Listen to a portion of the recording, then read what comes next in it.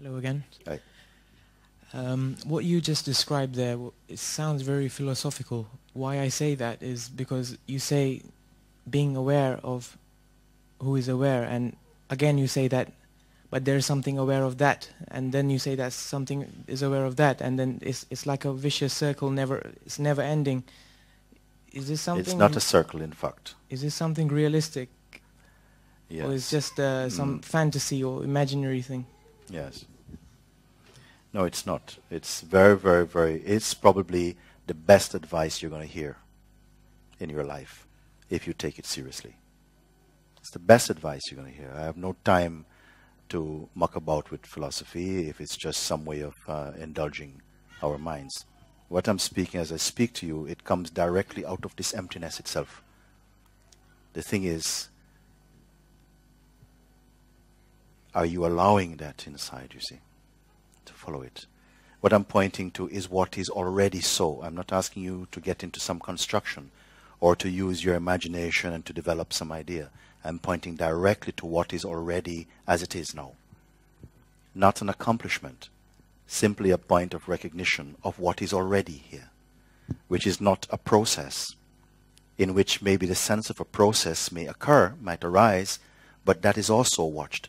I'm really acquainting you again with your original seeing, which exists before all phenomena that can manifest, can only be present because that original seeing is here.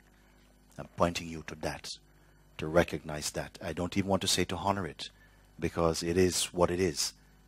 So are you following me? You see, this is the thing. But if it's that obvious, why does it seem to be so difficult then, if it's that obvious? I don't know if I want to use the word obvious. For you, it's obvious for me. At present, it's obvious for me. But it seems for you, it seems like it appears not to be obvious. But because I am not speaking to you as a you and a me, I'm speaking from that place which is beyond you and me, actually. To that common seeing that I know is here. You see? From which the words, they emanate out of it, the concepts, they emanate out of it. But it is not an emanation itself. It is just here. So it is to that I'm speaking, not to your mind. Do not trust the mind to carry out any instruction or to put this into some kind of practice. I'm pointing directly to this. If there is, let's try it and see. If there is even the power to perceive, are you not aware of it, that you are perceiving? You may not have heard it put in this kind of way, and so the mind quickly judges it like, oh, perceiving the perceiving, oh, big, no, but that's just a reaction. In fact, it is already so.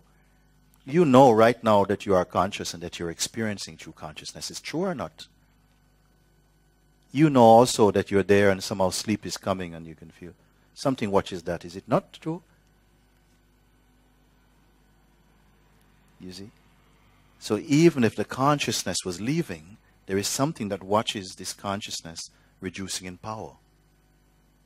What creating do you need to do this? What philosophy is that? This is just pointing to something that is so simple. Even simple, I don't want to use the word that's simple, you see, because that's a kind of quality. And it is a qualityless quality. So it's not something that needs to be achieved or anything like that? Well, this is my question to you.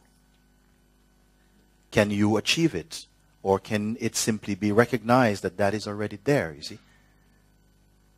But then I think what's the whole point of the satsang? Is to recognize that so that you will stop worrying about other things. So that somehow your whole life expression is freed up to be whatever it's destined to express, and you may enjoy it for a change. You see? Rather than suffer it. Presently you're suffering it. simply because you've surrounded it with all ill-conceived ideas about it and interpretation about something which is your original innocence, you see. It simply is what it is.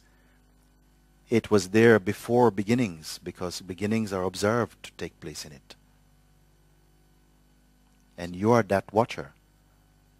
I challenge you for that, you see, because you'd like to take 17 steps to it. And I'm pointing you directly and say, no, no, own up. Why are you pretending it's other than that? How can you say, oh, I suffer and oh, this, and why can I do this, and so on? So for me, I perceive it inside that this is a suffering condition, because you're not happy while you feel displaced or, anxious about something. And you see, so I'm saying for now, begin to witness or recognize that even your anxiety is a phenomenon that is not, there's nothing, it's a variable, it's not constant. Something is constant even beyond the concept of constant. Is this more simpler than this? I don't know. You see? So if your mind takes it, then it will turn it into maybe philosophy or into something, oh yes, and you'll procrastinate about it. But I'm pointing directly, and the purpose and value of that directness is that once it's recognized, like something simply pushes in. I'm using no descriptions, no? But there is a sense, some recognition, which I cannot qualify to say there is a path to that. I'm meeting it directly. It's already there. The rest I'm not caring about, I'm throwing it out. The whole universe, I'm throwing it out, in fact. That courage, if you want to say, is there, having seen the source of where that universe is springing from. And it is springing from myself, and that's not a proudful thing to say. There's no arrogance in that. You can equally testify to that if you allow that seeing to occur in you. Satsang is only that place in which you are constantly being reminded of what you imagine you have separated from. You see, until that delusion is over. I appreciate what you're saying, but it sounds like this recognition has to be formed into a habit. Is that so? Then immediately I'm asking you to find out whose habit is it. And you don't like this question. You're deeply irritated by my question. You see? You want me to give it to you like, okay, if you mix this and this, you get this. But I'm actually throwing you completely into your own core. Whose habit? You're saying, oh yes, I've got to develop this habit. But so whose habit is it? Could you find out, please? Whose habit is it? Don't assume, because in fact all of what we consider to be knowledge is mostly assumptions. What you've picked up here and there. What is coming out of your own immediate and direct seeing, you see? You won't look. It's too easy to eat off another plate. You look yourself so that this doesn't become unswallowed food. You look and see. Where are you really seeing from? That within which even God appears. Does it sound blasphemous? Check it in and see. Can anything be known if you are not there?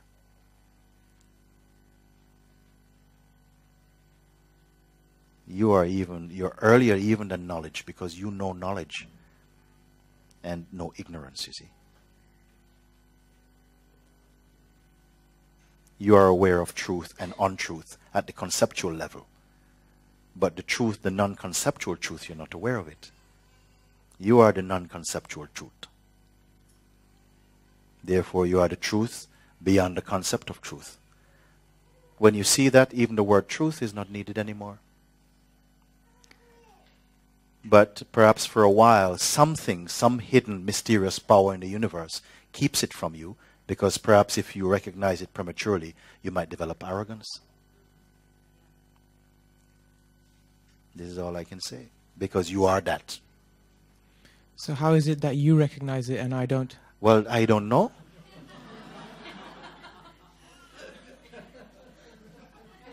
My question is that I am confronting you that you do, but you just have the impression that you don't. And one day, you will break out in laughter. I hope I'll be there to share it with you. at really how ridiculous it can appear to be, and yet at the same time, this lack of recognition causes immense pain. And not just pain, but atrocities, in fact, are carried out in the name of the false I that you are at this moment identified with it. So it's in your interest and the interest of all beings on this planet that you find out what I'm asking you to find out. Thank you, Mooji. You're most welcome.